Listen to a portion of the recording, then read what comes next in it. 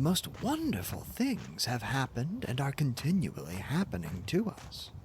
All the paper that I possess consists of 5 old notebooks and a lot of scraps, and I have only the one stylographic pencil. But so long as I can move my hand, I will continue to set down our experiences and impressions, for since we are the only men of the whole human race to see such things, it is of enormous importance that I should record them whilst they are fresh in my memory, and before that fate which seems to be constantly impending does actually overtake us. Whether Zambo can at last take these letters to the river, or whether I shall myself in some miraculous way carry them back with me, or, finally, whether some daring explorer, coming upon our tracks, with the advantage perhaps of a perfected monoplane, should find this bundle of manuscript. In any case, I can see that what I am writing is destined to immortality as a classic of true adventure. On the morning after our being trapped upon the plateau by the villainous Gomez, we began a new stage in our experiences. The first incident in it was not such as to give me a very favorable opinion of the place to which we had wandered. As I roused myself from a short nap after day had dawned, my eyes fell upon a most singular appearance upon my own leg. My trouser had slipped up, exposing a few inches of skin above my sock. On this there rested a large purplish grape. Astonished at the sight, I leaned forward to pick it off, when, to my horror, it burst between my finger and thumb, squirting blood in every direction. My cry of disgust had brought the 2 professors to my side. "Most interesting," said Summerlee, bending over my skin. "An enormous blood tick, as yet, I believe, unclassified." "The first fruits of our labors," said Challenger in his booming, pedantic fashion. "We cannot do less than call it Ixodes maloni. The very small inconvenience of being bitten, my young friend, cannot, I am sure, weigh with you as against the glorious privilege of having your name inscribed in the deathless roll of zoology. Unhappily, you have crushed this fine specimen at the moment of satiation." "Filthy vermin!" I cried. Professor Challenger raised his great eyebrows in protest and placed a soothing paw upon my shoulder. "You should cultivate the scientific eye and the detached scientific mind," said he. "To a man of philosophic temperament like myself, the blood tick, with its lancet-like proboscis and its distending stomach, is as beautiful a work of nature as the peacock, or, for that matter, the aurora borealis. It pains me to hear you speak of it in so unappreciative a fashion. No doubt with due diligence we can secure some other specimen." "There can be no doubt of that," said Summerlee grimly, "for one has just disappeared behind your shirt collar." Challenger sprang into the air, bellowing like a bull, and tore frantically at his coat and shirt to get them off. Summerlee and I laughed so that we could hardly help him. At last we exposed that monstrous torso, 54 inches by the tailor's tape. His body was all matted with black hair, out of which jungle we picked the wandering tick before it had bitten him. But the bushes round were full of the horrible pests, and it was clear that we must shift our camp. But first of all it was necessary to make our arrangements with Zambo, who appeared presently on the pinnacle, with a number of tins of cocoa and biscuits, which he tossed over to us. Of the stores which remained below, he was ordered to retain as much as would keep him for 2 months. The Indians were to have the remainder, as a reward for their services, and as payment for taking our letters back to the Amazon. Some hours later we saw them in a single file far out upon the plain, each with a bundle on his head, making their way back along the path we had come. Zambo occupied our little tent at the base of the pinnacle, and there he remained, our one link with the world below. And now we had to decide upon our immediate movements. We shifted our position from among the tick-laden bushes until we came to a small clearing, thickly surrounded by trees upon all sides. There were some flat slabs of rock in the center, with an excellent well close by. And there we sat in cleanly comfort, while we made our first plans for the invasion of this new country. Birds were calling among the foliage, especially one with a peculiar whooping cry which was new to us. But beyond these sounds there were no signs of life. Our first care was to make some sort of list of our own stores, so that we might know what we had to rely upon. What with the things we had ourselves brought up, and those which Zambo had sent across on the rope, we were fairly well supplied. Most important of all, in view of the dangers which might surround us, we had our 4 rifles and 1,300 rounds, also a shotgun, but not more than 150 medium pellet cartridges. In the matter of provisions, we had enough to last for several weeks, with a sufficiency of tobacco and a few scientific implements, including a large telescope and a good field glass. All these things we collected together in the clearing, and as a first precaution, we cut down with our hatchet and knives a number of thorny bushes, which we piled round in a circle some 15 yards in diameter. This was to be our headquarters for the time, our place of refuge against sudden danger, and the guardhouse for our stores. Fort Challenger, we called it. It was midday before we had made ourselves secure, but the heat was not oppressive, and the general character of the plateau, both in its temperament and in its vegetation, was almost temperate. The beech, the oak, and even the birch were to be found among the tangle of trees which girt us in.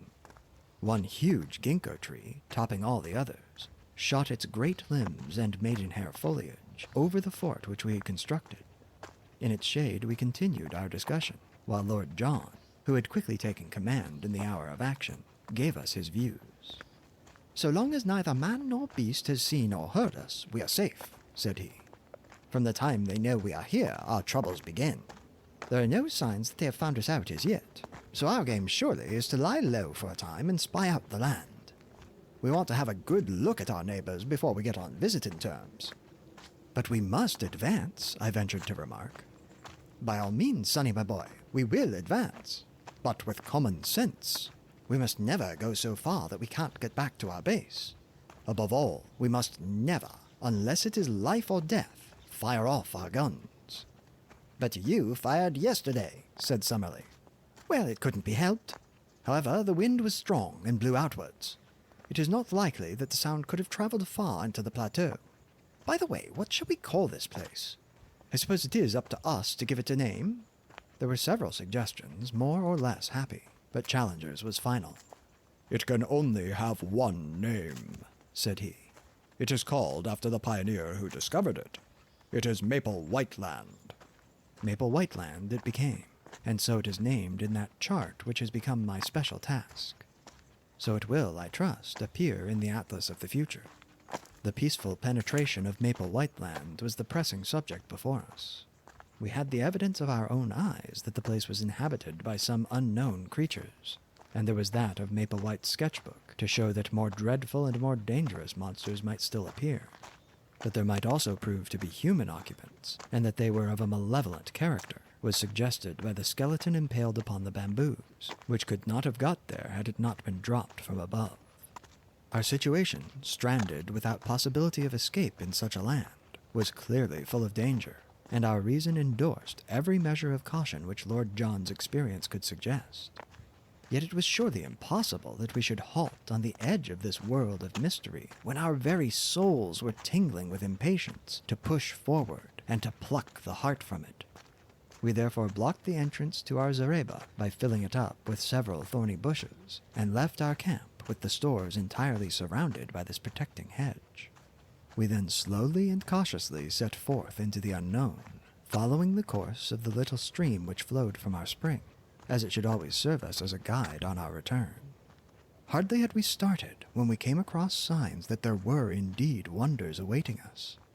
After a few hundred yards of thick forest, containing many trees which were quite unknown to me, but which Summerlee, who was the botanist of the party, recognized as forms of conifers and of cicadeaceous plants, which have long passed away in the world below, we entered a region where the stream widened out and formed a considerable bog.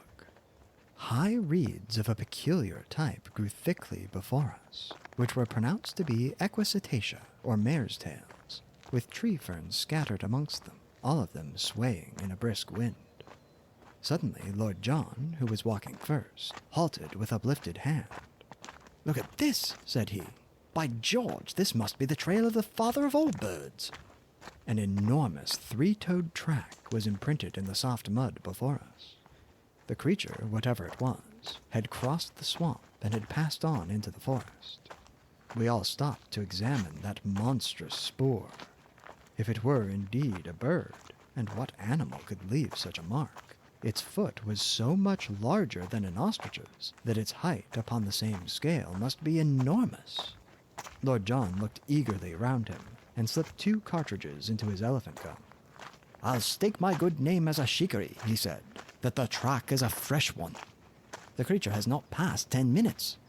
Look how the water is still oozing into that deeper print.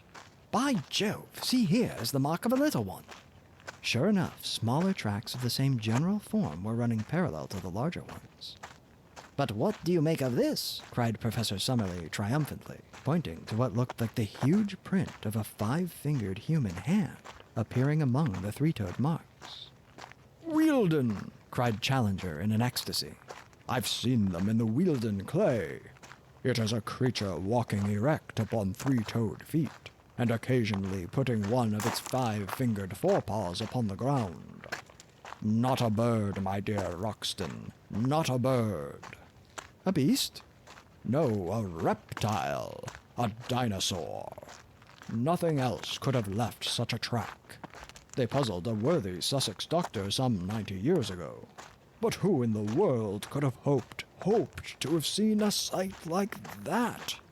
His words died away into a whisper, and we all stood in motionless amazement. Following the tracks, we had left the morass and passed through a screen of brushwood and trees. Beyond was an open glade, and in this were 5 of the most extraordinary creatures that I have ever seen. Crouching down among the bushes, we observed them at our leisure. There were, as I say, 5 of them, 2 being adults and 3 young ones. In size, they were enormous. Even the babies were as big as elephants, while the 2 large ones were far beyond all creatures I have ever seen. They had slate-colored skin, which was scaled like a lizard's and shimmered when the sun shone upon it. All 5 were sitting up, balancing themselves upon their broad, powerful tails and their huge 3-toed hind feet, while, with their small 5-fingered front feet, they pulled down the branches upon which they browsed. I do not know that I can bring their appearance home to you better than by saying that they looked like monstrous kangaroos, 20 feet in length, and with skin like black crocodiles. I do not know how long we stayed motionless gazing at this marvelous spectacle. A strong wind blew towards us, and we were well concealed, so there was no chance of discovery. From time to time, the little ones played round their parents in unwieldy gambols, the great beasts bounding into the air and falling with dull thuds upon the earth. The strength of the parents seemed to be limitless, for one of them, having some difficulty in reaching a bunch of foliage which grew upon a considerable-sized tree, put his forelegs round the trunk and tore it down as if it had been a sapling. The action seemed, as I thought, to show not only the great development of its muscles, but also the small one of its brain, for the whole weight came crashing down upon the top of it, and it uttered a series of shrill yelps to show that, big as it was, there was a limit to what it could endure. The incident made it think, apparently, that the neighborhood was dangerous, for it slowly lurched off through the wood, followed by its mate and its 3 enormous infants. We saw the shimmering, slaty gleam of their skins between the tree trunks, and their heads undulating high above the brushwood. Then they vanished from our sight. I looked at my comrades. Lord John was standing at gaze, with his finger on the trigger of his elephant gun, his eager hunter's soul shining from his fierce eyes.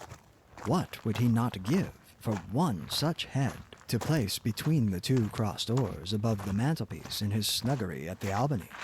And yet his reason held him in, for all our exploration of the wonders of this unknown land depended upon our presence being concealed from its inhabitants. The 2 professors were in silent ecstasy. In their excitement, they had unconsciously seized each other by the hand and stood like 2 little children in the presence of a marvel. Challenger's cheeks bunched up into a seraphic smile, and Summerlee's sardonic face softening for the moment into wonder and reverence. "Nunc dimittis," he cried at last. "What will they say in England of this?" "My dear Summerlee, I will tell you with great confidence exactly what they will say in England," said Challenger. "They will say that you are an infernal liar and a scientific charlatan, exactly as you and others said of me." In the face of photographs? Faked, Summerlee. Clumsily faked. In the face of specimens? Ah, there we may have them. Malone and his filthy Fleet Street crew may be all yelping our praises yet. August the 28th, the day we saw 5 live iguanodons in a glade of maple whiteland. Put it down in your diary, my young friend, and send it to your rag. And be ready to get the toe end of the editorial boot in return, said Lord John. Things look a bit different from the latitude of London, young fellow my lad. There's many a man who never tells his adventures, for he can't hope to be believed. Who's to blame them? For this will seem a bit of a dream to ourselves in a month or two. What did you say they were? Iguanodons, said Summerlee. You'll find their footmarks all over the Hastings sands, in Kent and in Sussex. The south of England was alive with them when there was plenty of good lush green stuff to keep them going. Conditions have changed and the beasts died. Here it seems that the conditions have not changed and the beasts have lived. If we ever get out of this alive, I must have a head with me, said Lord John. Lord, how some of that Somaliland Uganda crowd would turn a beautiful pea green if they saw it. I don't know what you chaps think, but it strikes me that we are on mighty thin ice all this time. I had the same feeling of mystery and danger around us. In the gloom of the trees, there seemed a constant menace, and as we looked up into their shadowy foliage, vague terrors crept into one's heart. It is true that these monstrous creatures which we had seen were lumbering, inoffensive brutes, which were unlikely to hurt anyone. But in this world of wonders, what other survival might there not be? What fierce, active horrors ready to pounce upon us from their lair among the rocks or brushwood? I knew little of prehistoric life, but I had a clear remembrance of one book which I had read, in which it spoke of creatures who would live upon our lions and tigers, as a cat lives upon mice. What if these also were to be found in the woods of Maple Whiteland? It was destined that on this very morning, our first in the new country, we were to find out what strange hazards lay around us. It was a loathsome adventure, and one of which I hate to think. If, as Lord John said, the glade of the iguanodons will remain with us as a dream, then surely the swamp of the pterodactyls will forever be our nightmare. Let me set down exactly what occurred. We passed very slowly through the woods, partly because Lord John acted as scout before he would let us advance, and partly because at every second step, one or other of our professors would fall with a cry of wonder before some flower or insect which presented him with a new type. We may have traveled 2 or 3 miles in all, keeping to the right of the line of the stream, when we came upon a considerable opening in the trees.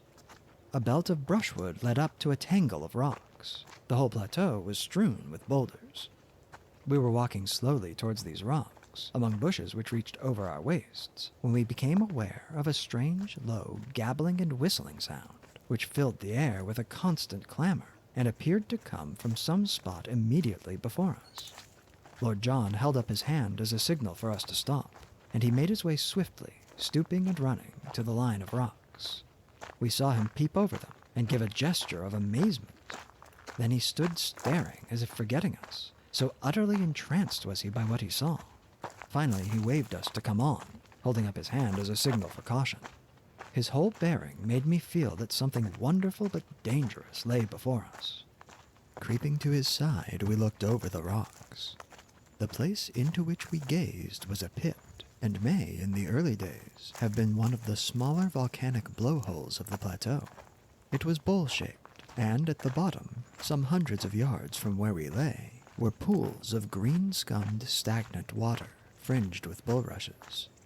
It was a weird place in itself, but its occupants made it seem like a scene from the 7 Circles of Dante. The place was a rookery of pterodactyls. There were hundreds of them congregated within view. All the bottom area round the water edge was alive with their young ones, and with hideous mothers brooding upon their leathery yellowish eggs.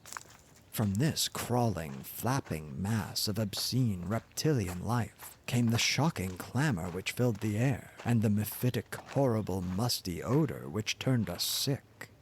But above, perched each upon its own stone, tall, gray, and withered, more like dead and dried specimens than actual living creatures, sat the horrible males, females, absolutely motionless, save for the rolling of their red eyes, or an occasional snap of their rat-trap beaks as a dragonfly went past them. Their huge membranous wings were closed by folding their forearms, so that they sat like gigantic old women wrapped in hideous web-colored shawls, and with their ferocious heads protruding above them.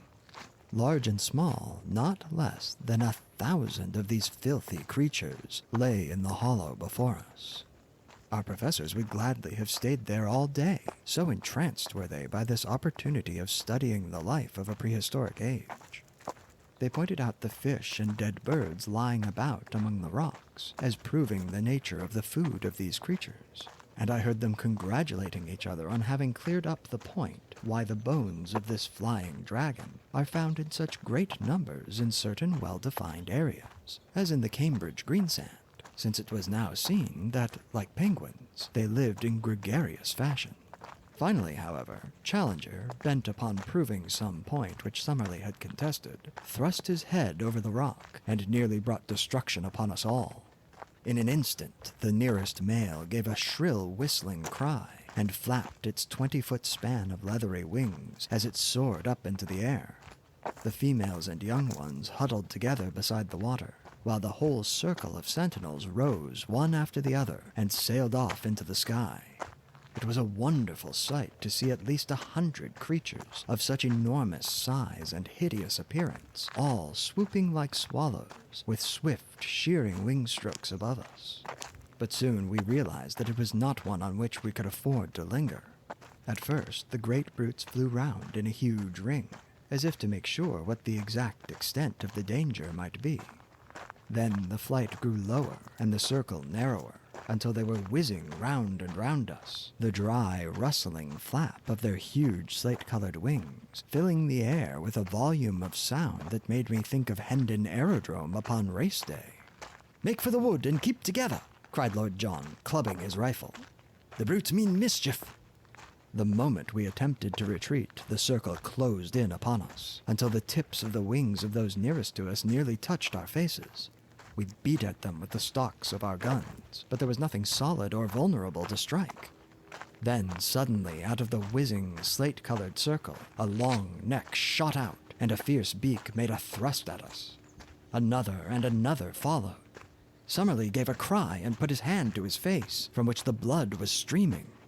I felt a prod at the back of my neck and turned dizzy with the shock. Challenger fell, and as I stooped to pick him up, I was again struck from behind and dropped on top of him. At the same instant, I heard the crash of Lord John's elephant gun, and, looking up, saw one of the creatures with a broken wing struggling upon the ground, spitting and gurgling at us with a wide-opened beak and bloodshot, goggled eyes, like some devil in a medieval picture. Its comrades had flown higher at the sudden sound, and were circling above our heads. "No!" cried Lord John. "Now for our lives!"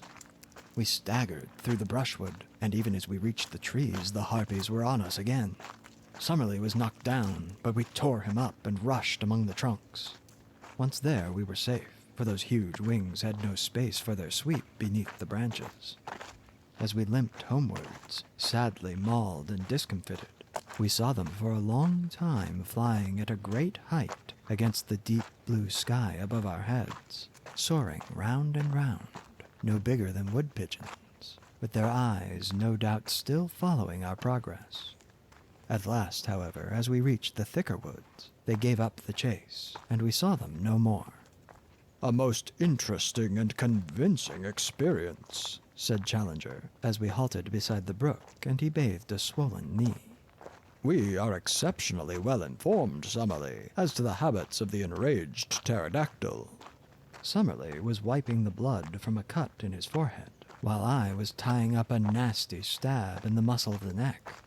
Lord John had the shoulder of his coat torn away, but the creature's teeth had only grazed the flesh. "It is worth noting," Challenger continued, "that our young friend has received an undoubted stab, while Lord John's coat could only have been torn by a bite. In my own case, I was beaten about the head by their wings. So we have had a remarkable exhibition of their various methods of offense. "It has been touch and go for our lives," said Lord John gravely, "and I could not think of a more rotten sort of death than to be outed by such filthy vermin. I was sorry to fire my rifle, but by Jove, there was no great choice." "We should not be here if you hadn't," said I with conviction. "It may do no harm," said he. "Among these woods there must be many loud cracks from splitting or falling trees, which would be just like the sound of a gun. But now, if you are of my opinion, we have had thrills enough for one day, and had best get back to the surgical box at the camp for some carbolic. Who knows what venom these beasts may have in their hideous jaws? But surely no man ever had just such a day since the world began. Some fresh surprise was ever in store for us. When, following the course of our brook, we at last reached our glade and saw the thorny barricade of our camp, we thought that our adventures were at an end. But we had something more to think of before we could rest. The gate of Fort Challenger had been untouched, the walls were unbroken, and yet it had been visited by some strange and powerful creature in our absence. No footmark showed a trace of its nature, and only the overhanging branch of the enormous ginkgo tree suggested how it might have come and gone. But of its malevolent strength there was ample evidence in the condition of our stores. They were strewn at random all over the ground, and one tin of meat had been crushed into pieces so as to extract the contents. A case of cartridges had been shattered into matchwood, and one of the brass shells lay shredded into pieces beside it. Again the feeling of vague horror came upon our souls, and we gazed round with frightened eyes at the dark shadows which lay around us, in all of which some fearsome shape might be lurking. How good it was when we were hailed by the voice of Zambo, and, going to the edge of the plateau, saw him sitting grinning at us upon the top of the opposite pinnacle. "All well, Mr. Challenger, all well," he cried. "Me stay here, no fear. You always find me when you want." His honest face, and the immense view before us, which carried us halfway back to the affluent of the Amazon, helped us to remember that we really were upon this earth in the 20th century, and had not by some magic been conveyed to some raw planet in its earliest and wildest state. How difficult it was to realize that the violet line upon the far horizon was well advanced to that great river upon which huge steamers ran, and folk talked of the small affairs of life, while we, marooned among the creatures of a bygone age, could but gaze towards it and yearn for all that it meant. One other memory remains with me of this wonderful day, and with it I will close this letter. The two professors, their tempers aggravated no doubt by their injuries, had fallen out as to whether our assailants were of the genus Pterodactylus or Dimorphodon, and high words had ensued. To avoid their wrangling, I moved some little way apart, and was seated smoking upon the trunk of a fallen tree, when Lord John strolled over in my direction. "I say, Malone," said he, "do you remember that place where those beasts were?" "Very clearly." "A sort of volcanic pit, was it not?" "Exactly," said I. "Did you notice the soil?" "Rocks." "But round the water, where the reeds were?" "It was a bluish soil. It looked like clay." "Exactly, a volcanic tube full of blue clay." "What of that?" I asked. "Oh, nothing," said he, and strolled back to where the voices of the contending men of science rose in a prolonged duet, the high strident note of Summerlee rising and falling to the sonorous bass of Challenger. I should have thought no more of Lord John's remark, were it not that once again that night I heard him mutter to himself, "Blue clay in a volcanic tube." They were the last words I heard before I dropped into an exhausted sleep. Thank you so much for watching, folks. If you enjoyed this video, please hit the thumbs up button, and consider subscribing for more videos like this one every Wednesday.